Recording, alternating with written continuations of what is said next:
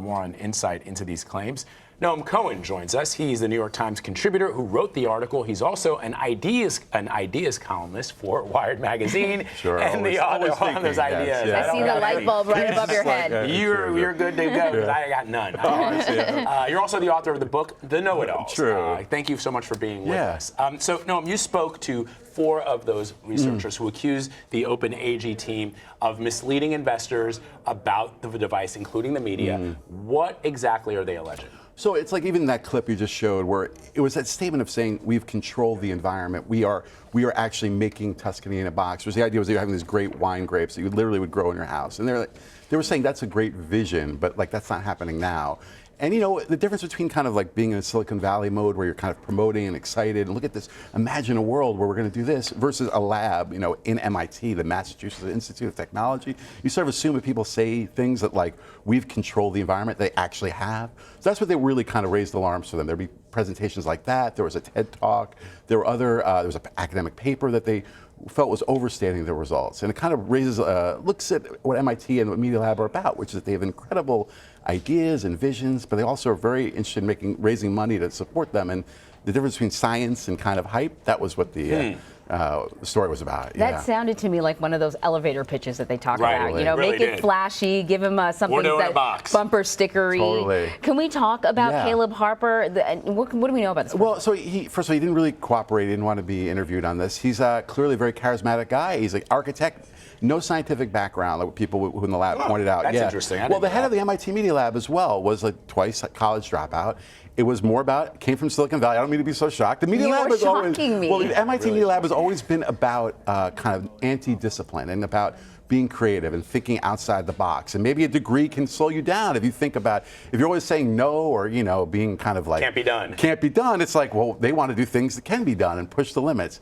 Definitely an interesting image. Sounds like Theranos. Yeah, well, I mean, again, really it's funny. A friend pointed out, and like, you don't, especially in New York Times and here as well, you don't want to casually make those comparisons because it's really, you know, Theranos is a fraud, and this is the people. We spent a lot of time trying to explain how do you want to describe it? Misleading, hyping. False is a very strong word, but there was a sense there was a good quote from one of the women who used to work there who left, become to teach at a school, that like there was this line between hyping, you know, kind of getting interest and scientific accuracy. And that line was crossed a lot. And I think it is kind of shocking because MIT, to me, still has a lot of meaning as like a great institute. Gold standard. So I think this MIT Media Lab is so right now MIT I think is wrestling with how to handle this like inside their own home. How do you deal with a very innovative, not so structured, anti-disciplinary place? So that's the story. Really interesting.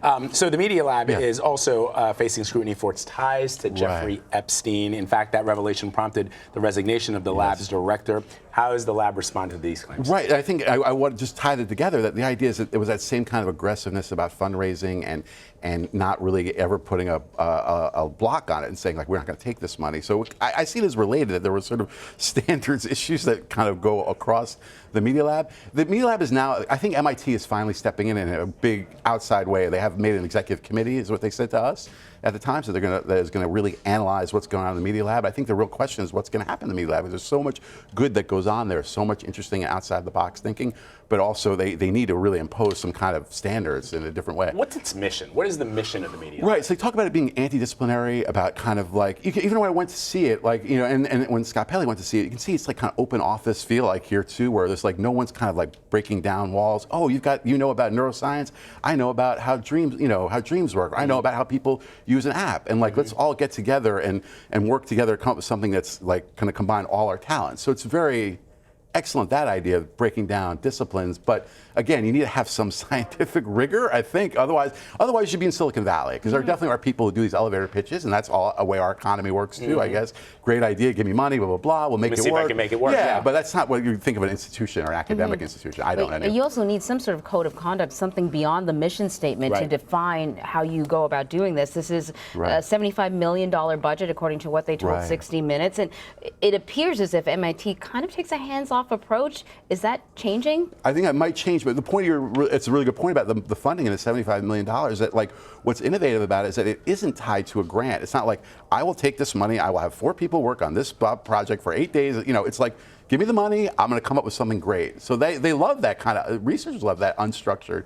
I can kind of go wherever the path takes me. But again, if you don't have some sort of rigor and some whistleblower, there were whistleblowers in the lab who really went to Ito and told them this is going on. There were multiple who I spoke to, and it was really just kind of brushed aside. So you need a little more standards, I think. They're under Why do you investigation. think it was brushed aside? I do think, and it's like when you bring up Theranos, which I don't bring up casually, you do wonder, like, didn't they think eventually people would figure out it didn't work? And I don't know whether it's like you're kind of really wrapped up into it, or maybe you think that like people are kind of slowing you down.